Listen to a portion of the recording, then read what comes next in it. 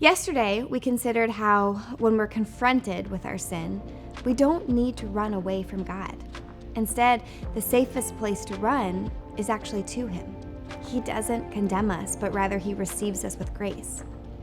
But some of us respond differently to our sin. And what I mean by that is that some of us just deny it altogether.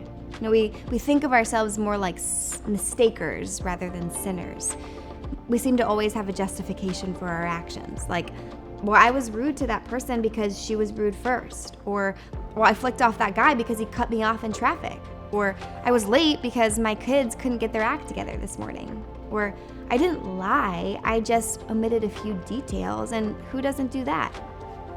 We reason that we are overall good people, we just make a mistake now and then, and we can't help it. We're human after all. It seems like this actually isn't a modern phenomenon because the Apostle John wrote about this more than 2,000 years ago. Let me read how Eugene Peterson paraphrased John's words.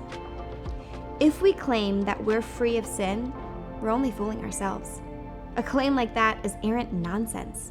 On the other hand, if we admit our sins, simply come clean about them, He won't let us down. He'll be true to Himself. He'll forgive our sins and purge us of all wrongdoing. If we claim that we've never sinned, we out and out contradict God, make a liar out of Him. A claim like that only shows off our ignorance of God. I think it's easy to think that we're simply mistakers when we compare ourselves with others.